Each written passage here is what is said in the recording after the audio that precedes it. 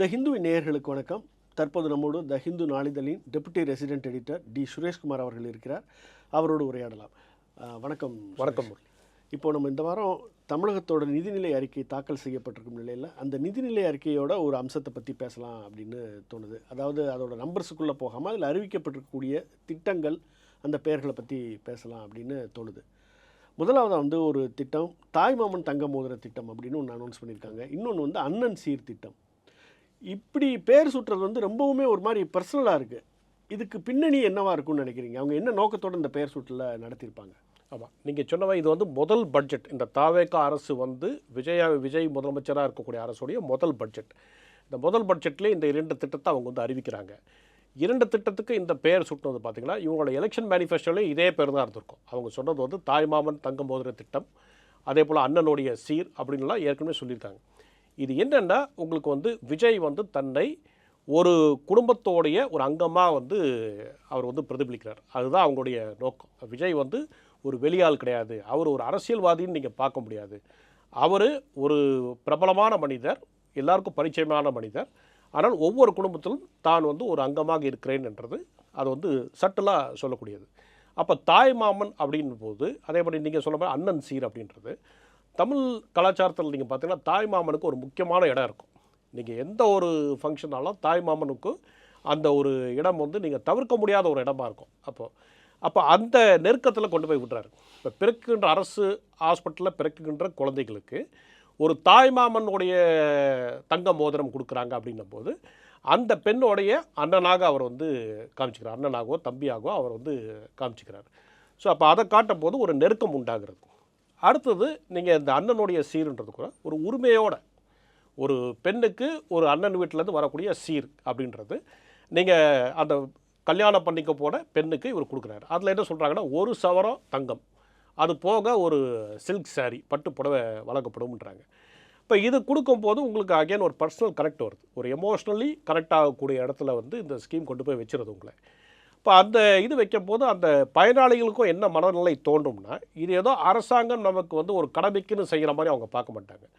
நம்ம குடும்பத்தில் ஒருத்தர் நமக்கு செய்கிற மாதிரி ஒரு டீப் ப்ராசஸில் ஒரு கட்டத்தில் அது போய் இதாகும். அதோடைய ஒரு பொலிட்டிக்கல் பிராண்டிங்காக தான் நான் பார்க்குறேன். ஒரு பொலிட்டிக்கல் பிராண்டிங்காக பார்க்குறேன். ஏன்னா இந்த 2 நிற்கல. அந்த பட்ஜெட்டில் நிதியமைச்சர் பேசும்போது கூட அவர் அங்கன்வாடியில் இருக்கக்கூடிய ஸ்கீம்ஸ் பற்றி பேசும்போது கூட என்ன சொல்கிறேன்னா, முதலமைச்சர் விஜய் மாமா என்று சிறுவர்கள் அன்பாக அழைக்கிறாரு. அவங்கள குழந்தைங்களாம் அப்படி தான் அன்பாக அழைக்கிறாங்க. அப்போ இந்த விஜய் மாமா இந்த அங்கன்வாதிக்கு இதெல்லாம் செய்கிறாரு அப்படின்றாங்க. அப்போது நீங்கள் எத்தனை உறவு முறை பாருங்கள். விஜய் மாமா அப்படின்றது, தாய் மாமா அப்படிங்கிறது, அண்ணன் அப்படிங்கிறது. ஸோ எல்லா இடத்துலையும் அந்த விஜயை சுற்றி ஒரு இது இருக்குது. நான் மக்களோடு இருக்கேன், மக்கள் குடும்பத்தோடு இருக்கேன் அப்படின்றதுக்கு ஒரு எடுத்துக்காட்டாக அது. இது மாதிரி பண்ணுறத நம்ம விமர்சிக்க முடியுமா அப்படிங்கிற ஒரு கேள்வியும் இருக்குது. ஏன்னா நேரடியாக அவருடைய பெயர் இந்த திட்டங்களில் இடம்பெறலை. அப்படி இருக்கும்போது இதை எப்படி விமர்சிக்க முடியும் அப்படின்னு ஒரு கேள்வி எழுப்பலாம்ல? இல்லை, இதை விமர்சிக்க முடியும்னாக்கா நீங்கள் அதை கிரிட்டிசைஸ் பண்ண முடியாது. ஏன்னா இது அவங்க ஒரு ஸ்கீமுக்கு பேர் வைக்கிறாங்க. இதுக்கு முன்னாடி பல்வேறு தலைவர்கள் பேரில் ஒரு சில ஸ்கீம்ஸ் இருக்கும், இல்லை முதலமைச்சர்ன்ற பேரில் ஸ்கீம்ஸ் இருக்கும். இவர் அந்த மாதிரி இல்லாமல் ஜெனரிக்காக ஒரு பேர் வைக்கிறாரு. அம்மா ஸ்கீம்ஸ்னு முன்னாடி இருந்தது. அப்போ அந்த மாதிரி ஒரு இல்லாமல் இவர் ஒரு ஜெனரிக்காக ஒரு உறவு முறையோடு வைக்கிறாங்க. இதை நீங்கள் எதிர்க்க முடியாது. ஏன்னா இதை எப்படி எந்த அடிப்படையில் நீங்கள் பண்ணீங்க? ஒரு திட்டத்துக்கு அரசு ஒரு பேர் கொடுக்குறது. இப்போ மாமன் என்றால் தாய் மாமன் யாராக வேண்டாம் தாய் மாமன் இருக்கலாம். நீங்கள் ஏன் அதை விஜய் மட்டுமே இருப்பார்னு நீங்கள் ஏன் சொல்கிறீங்க அப்படின்ற ஒரு இது. பட் நீங்கள் இன்னொரு இதில் பார்த்தீங்கன்னா திரு விஜய் அவர்கள் முதலமைச்சர் ஆன பிறகு இந்த உறவு முறையை கொண்டாடலை. நீங்கள் அவர் அரசியலுக்கு வந்த பிறகு அவருடைய மாநாட்டில் அவர் பேசின விஷயம் நீங்கள் பார்த்தீங்கன்னா, அரசியல்வாதிகள் அரசியலுக்கு விட்டு தான் உங்கள் வீட்டை நோக்கி அவர்கள் வருகிறார்கள், உங்கள் கதவை தட்டுகிறார்கள். அவங்க இதுக்கு மேலே தான் அவங்களை அறிமுகப்படுத்திக்கணும். என்னை பொறுத்த வரைக்கும் அது கிடையாது. நான் 30 வருஷத்துக்கு முன்னாடி ஒவ்வொரு வீட்டுக்குள்ளேயும் வந்துட்டேன் அப்படிங்கிறார். ஏன்னா அவர் நடிப்பு காலத்தை சொல்கிறார். 30 வருஷம் முன்னாடி ஒவ்வொரு குடும்பத்துலேயும் உங்கள் விஜயாக, உங்கள் அண்ணனாக, உங்கள் பிள்ளையாக நான் இருந்திருக்கிறேன் அப்படின்னு ஒரு ஷார்ப்பாக ஒரு பாயிண்ட்டை எடுத்து வைக்கிறார். அப்போது அன்றைக்கே அவர் ப்ரொஜெக்ட் பண்ணுறாரு. அவர் பேசக்கூடிய அணுகுமுறை, அவருடைய பாடி லாங்குவேஜ், அந்த அணுகுமுறை நீங்கள் பார்த்தீங்கன்னா ட்ரெடிஷ்னல் பொலிட்டிஷியன் சொல்கிற மாதிரி இருக்காது. நீங்கள் ட்ரெடிஷ்னல் பொலிட்டிஷியன் பெரியவர்களே தாய்மார்களே அப்படின்னு ஆரம்பிப்பாங்க. இவர் அதெல்லாம் இல்லாமல் நண்பா நண்பி. ஸோ அந்த யூத்தோட ஒரு நண்பீஸ்ன்றது கலோக்கியெல்லாம் அவர் சொல்லி கரெக்ட் ஆகுறாரு. அப்புறம் அடுத்தது இந்த விஜய் அண்ணா அப்படின்னு தன்னை முன்னிலைப்படுத்திக்கிறாரு. விஜய் இப்போ விஜய்ன்னு சொல்லும்போது ஒரு செல்லமாக ஒரு வீட்டில் வந்து விஜய்னு கூப்பிடுவாங்களா, அந்த மாதிரி ஒரு நோக்கத்தை நோக்கி அவர் அப்பயே பிளான் பண்ணிட்டார். இது அதோடு நிற்கலை. அவர் சிஎம் ஆனதுக்கப்புறம் கூட அந்த இமேஜில் வந்து ரொம்ப இதாக இருக்கார் அவர். ஏன்னா அவர் கடைசியாக எலெக்ஷன் கேம்பெயின் பண்ணும்போது கூட என்ன சொன்னார்னா, சின்ன பிள்ளைகள்கிட்ட அப்பீல் பண்ணது, இந்த விஜய் மாமாவுக்கு ஒரு வாய்ப்பு தர சொல்லுங்கள், உங்கள் வீட்டில் சொல்லி உங்கள் பெற்றோர்களுக்கும் உங்கள் சொந்தக்காரர்கள்ட்டையும் விஜய் மாமா அவருக்கு ஒரு சான்ஸ் கொடுக்கணும் அப்படின்னார். வெற்றி பெற்ற பிறகும் இந்த சின்ன பிள்ளைகளுக்கு நன்றி சொன்னார், நீங்கள் இல்லாமல் அது நடந்திருக்காது அப்படின்னார். அதை பண்ணார். அண்மையில் அவர் முதலமைச்சராக இருந்து அவர் போகும்போது ஒரு பப்ளிக் ஸ்பீச்சில் என்ன சொல்கிறாருன்னா, யாராவது லஞ்சம் கேட்டாங்கன்னா அரசு அலுவலகத்தில் நீங்கள் தர முடியாதுன்னு சொல்லுங்கள் அப்படிங்கிறாரு. மீறி எவனாவது கேட்டால் அவங்கக்கிட்ட சொல்லுங்கள், நாங்கள் தரமாட்டோம், இது எங்கள் விஜய் அண்ணாவோட ஆட்சி, எங்கள் பிள்ளை விஜயோட ஆட்சி அப்படின்னு சொல்லுங்கன்றார். அப்போ எல்லா இடத்துலையும் அவர் வந்து ஒரு இன்ஸ்டிடியூஷனோட கனெக்ட் பண்ணல, ஒரு இன்ஸ்டிடியூஷனோட அவரை எடுத்துக்கல. ஆனால் தன்னை நோக்கி அந்த விஜய் அப்படின்ற பர்சனாலிட்டி. நீங்கள் பொதுவாகவே வந்து மக்கள் வந்து எப்படி கனெக்ட் ஆகுங்கன்னா, ஒரு அரசோடவோ ஒரு இன்ஸ்டிடியூஷனோட கனெக்ட் ஆகிறது ரொம்ப கஷ்டம் எமோஷ்னலி. ஆனால் ஒரு பர்சனாலிட்டியோட கனெக்ட் ஆகிறது கொஞ்சம் ஈஸியாக வரும். ஆமாம். அது தமிழ்நாட்டில் பார்த்தீங்கன்னா இப்போ நீங்கள் அந்த மாதிரி பல்வேறு தலைவர்கள் எடுத்துக்கிட்டீங்கன்னா கூட, தந்தை பெரியார், காந்தி தாத்தா, நேரு மாமா, அப்புறம் நீங்கள் வந்து பேரறிஞர் அண்ணான்றது அவங்க அறிஞர் அண்ணான்றாங்க. ஆனால் அண்ணான்றது ஒரு குடும்பத்தில் ஒரு அண்ணன் மாதிரி தானே அண்ணா, அப்புறம் கலைஞர், அப்புறம் அம்மா, இப்படி புரட்சி தலைவர். ஸோ இந்த மாதிரி ஒரு பர்சனலாக எமோஷனலாக கனெக்ட் ஆகிட்டாலும் அந்த லீடருக்கு வந்து அந்த ஐடென்டிட்டி வந்து அவங்க முதலமைச்சராக இல்லை கட்சி தலைவராக அதெல்லாம் போய் கரைஞ்சி அந்த கோர் ஐடென்டிட்டி மக்கள் எமோஷனலாக கனெக்ட் பண்ணுறப்ப அந்த ஐடென்டிட்டி அப்படியே நிற்கிது. இப்போது இந்த பேர்கள் தவிர பல திட்டங்களுக்கு வந்து வெற்றி அப்படிங்கிற அடைமொழியோட பல திட்டங்களை வந்து அறிவிக்கிறாங்க.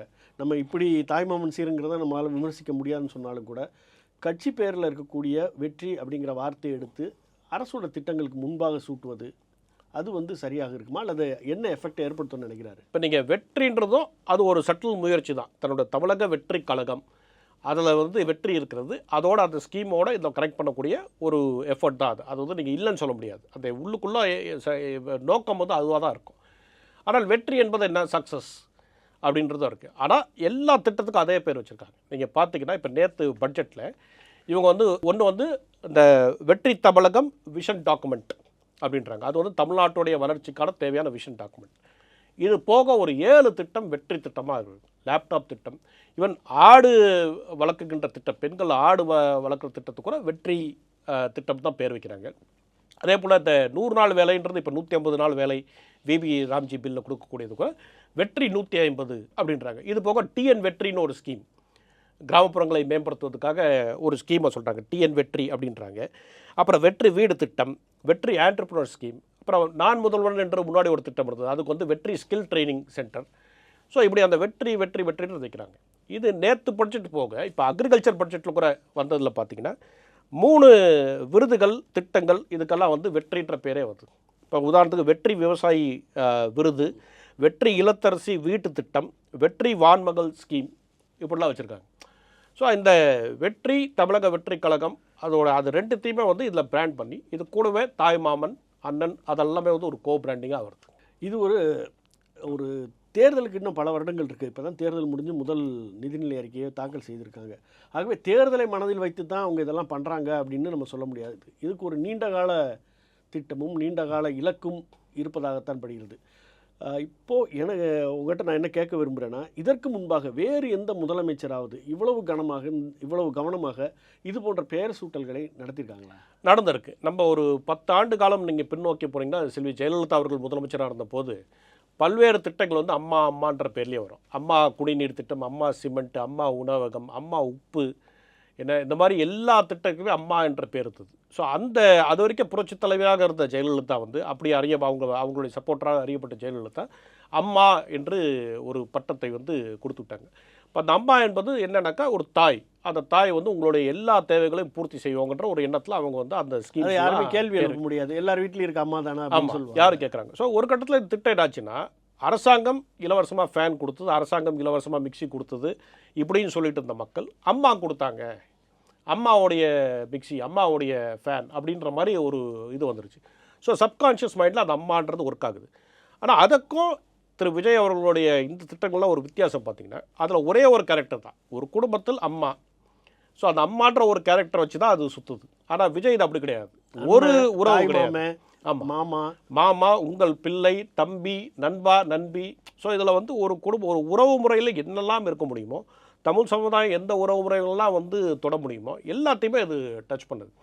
அப்போ இது வந்து ஒரு தேர்தலை நோக்கியோ இல்லை வந்து ஒரு ஷார்ட் டேர்ம் கெயின் நோக்கி நடக்கக்கூடிய விஷயம் இல்லை. வருங்காலத்தில் பொலிட்டிக்கல் பிராண்டிங் அப்படின்னா விஜய் என்றால் ஒரு சில பேருக்கு அண்ணனாக இருந்தார், ஒரு சில பேருக்கு தம்பியாக இருந்தார், ஒரு சில பேருக்கு பிள்ளையாக இருந்தார், பல பேருக்கு மாமாவாக இருந்தார், தாய் மாமனாக இருந்தார். இப்படி ஒரு பிராண்டிங். இது லாங் டேர்மில் போக போக உங்களுக்கு வந்து அதுக்கான ஒரு அந்த பிராண்டிங்கோடைய எஃபெக்ட் வந்து தெரியும் உங்களுக்கு. உங்களுக்கு லாங் டேர்மில் அதோடைய இம்பேக்ட் வந்து உங்களுக்கு ஒரு கட்டத்தில் தெரிய வரும். ஸோ அந்த பிராண்டிங்கான வேலை தான் அது. நீங்கள் பார்த்தீங்கன்னா இன்றைக்கி ஒரு சில அமைச்சர்கள் பள்ளிக்கு போயிட்டு அங்கே வந்து டிவிகே அப்படின்னு சொல்கிறாங்க, விஜய் மாமா அப்படின்னு அங்கேயும் சொல்லித்தராங்க, விஜய் மாமாவோட படத்தை வைங்கன்னு ஒரு சில டிவிகே ஃபங்க்ஷனையும் சொல்கிறாங்க. ஸோ இது எல்லாமே வந்து ஒரு லாங் டேர்ம் ப்ராசஸ். ஆனால் அது அவருக்கு கனெக்ட் ஆகுது. ஏன் சொல்கிறேன்னா ஒரு சில தலைவர்களுக்கு இந்த மாதிரி கனெக்ட் ஆகாது. இந்த மாதிரி நீங்கள் உறவு முறைகள் வந்து எல்லா தலைவருக்குமே கனெக்ட் ஆகாது.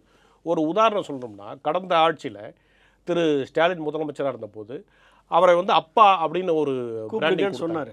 கூப்பிட்டாங்க, அப்பான்னு கூப்பிடுங்க, இந்த அப்பா உங்களுக்காக செய்கிறேன் அப்படின்னாங்க. ஆனால் அது எடுபடல. அந்த பிராண்டிங் வந்து அவ்வளோ ஈஸியாக வரல. இப்போ கலைஞர் அப்படின்னு வந்தது, தாத்தா அப்படின்னு வந்தது போது அதெல்லாம் வந்து எடுபட்டது. ஆனால் திரு ஸ்டாலின் அவர்களுக்கு அவங்களுடைய கட்சியில் கொடுத்த டைட்டில் தளபதி, சப்போர்ட்டர்ஸ் கொடுத்து அது நிற்கிது இன்றைக்கும் தளபதி ஸ்டாலின்ன்றது. ஆனால் இந்த ஒரு இது இருக்கு அப்பா அப்பா அப்படின்னு சொன்னது அப்படின்றது அது மக்கள் மத்தியில் ஒரு பெருசாக அது வந்து ஒரு எமோஷனல் கனெக்ட் ஆகலை. ஜெயலலிதாக்கு அம்மான்றது ஒர்க் அவுட் ஆச்சு. ஸோ எல்லா தலைவருக்கும் ஒர்க் அவுட் ஆகாது.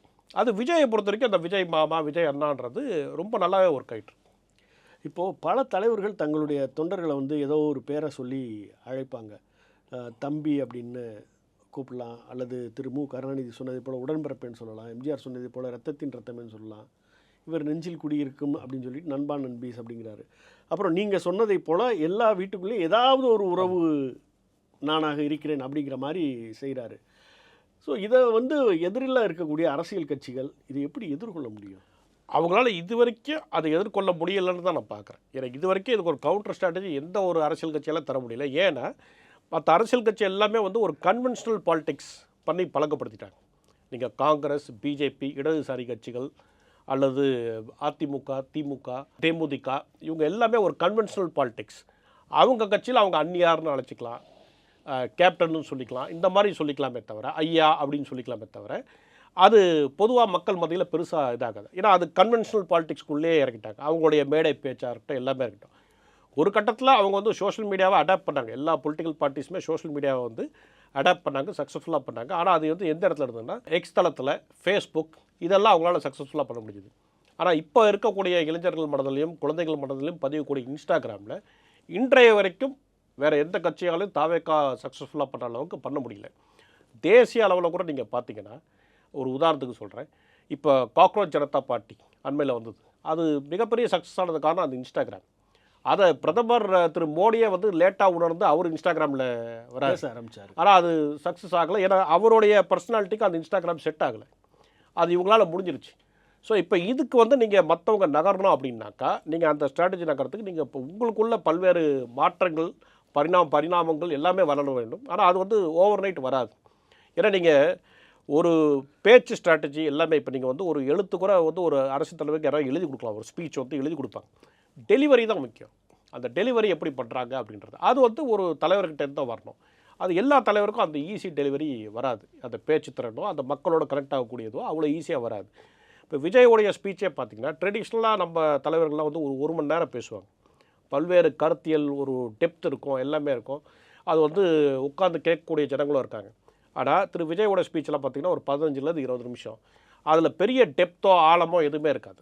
ஆனால் அந்த மெசேஜிங் வந்து கரெக்டாக வந்து பஞ்ச் டைலாக் போகிற மாதிரி லேண்ட் ஆகிட்டு மைண்டுக்குள்ளே போயிடுது. ஸோ அது அவருடைய தனிப்பட்ட ஸ்கில்லாக இருக்குது.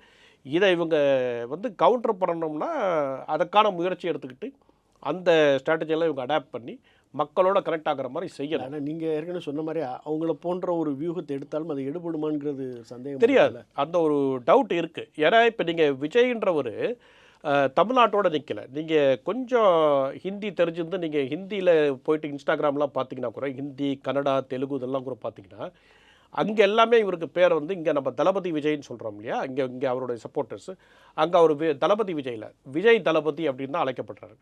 இந்த விஜய் தளபதின்ற பேரில் நீங்கள் இன்றைக்கி போய் போட்டு பார்த்தீங்கன்னா, சர்ச் பண்ணி பார்த்தீங்கன்னா, பல்வேறு இது வந்து இந்த பீகாரில், சத்தீஸ்கட்டில், ஒடிசாவில், டெல்லியில், நார்த் ஈஸ்ட்டில் இங்கெல்லாம் போய் பார்க்கும்போது விஜய் தளபதி ஏதோ ஒரு தேவ தூதர் மாதிரியும், அவர் இங்கே ஒரு தமிழ்நாட்டில் ஒரு மிகப்பெரிய ரிஃபார்ம்ஸ் ஆல்ரெடி கொண்டு வந்துட்டார், இங்கே தமிழ்நாடே வந்து தலைக்கீழ மாற்றிட்டார் அவருன்ற ஒரு இம்ப்ரெஷன் வந்து கிரியேட் ஆகுது. இதில் எல்லாமே சொல்கிறது விஜய் தளபதி வந்து தலைக்கீழ மாற்றிட்டார், பெண்களுக்கு பாதுகாப்பு வந்து இன்றைக்கி கம்ப்ளீட்டாக தமிழ்நாட்டில் அப்சல்யூட்டாக வந்துருச்சு, இந்த மாதிரி ஒரு ஆட்சி எங்களுக்கு எங்கள் மாநிலத்தில் வேணும். இன்னும் சொல்லப்போனால் ஒரு சில இன்ஸ்டாகிராம் அக்கௌண்ட்டில் அடுத்த பிரதம மந்திரி யார், மோடியா, ராகுல் காந்தியா, விஜய் தளபதியான்னு கேட்டுட்டு அதுக்கு ஒரு 4 பேர் விஜய் தளபதி பிரதமராக வேண்டும் அப்படின்னு சொல்லக்கூடிய லெவலில் போயிட்டாங்க. அந்த அளவுக்கு அவங்களோட அந்த சோஷியல் மீடியாவுடைய ஆர்கானிக் மூமெண்ட் அந்த இடத்துல இருக்குது. அந்த அவங்களால மூமெண்ட்டை வந்து கொண்டு வர முடியுது. இதை வந்து மற்ற கட்சிகளால் வந்து பண்ண முடியல. அதுதான் யதார்த்தம். நன்றி சுரேஷ். இப்போது நிதிநிலை அறிக்கையில் அவங்க எப்படி தங்களுடைய திட்டங்களை வந்து வெற்றி அப்படிங்கிற முன்னெட்டோடையும் அல்லது முதலமைச்சர் ஒரு இல்லத்தோட ஒரு பகுதியாக இருக்கிறார் என்பதை காட்டுவது போலவும் பேர் வச்சுருக்காங்க. இது என்ன விதமான தாக்கங்களை எல்லாம் ஏற்படுத்தியிருக்கோம் அப்படிங்கிறத விளக்கியிருக்கீங்க. தொடர்ந்து பேசுவோம். நன்றி. நன்றி.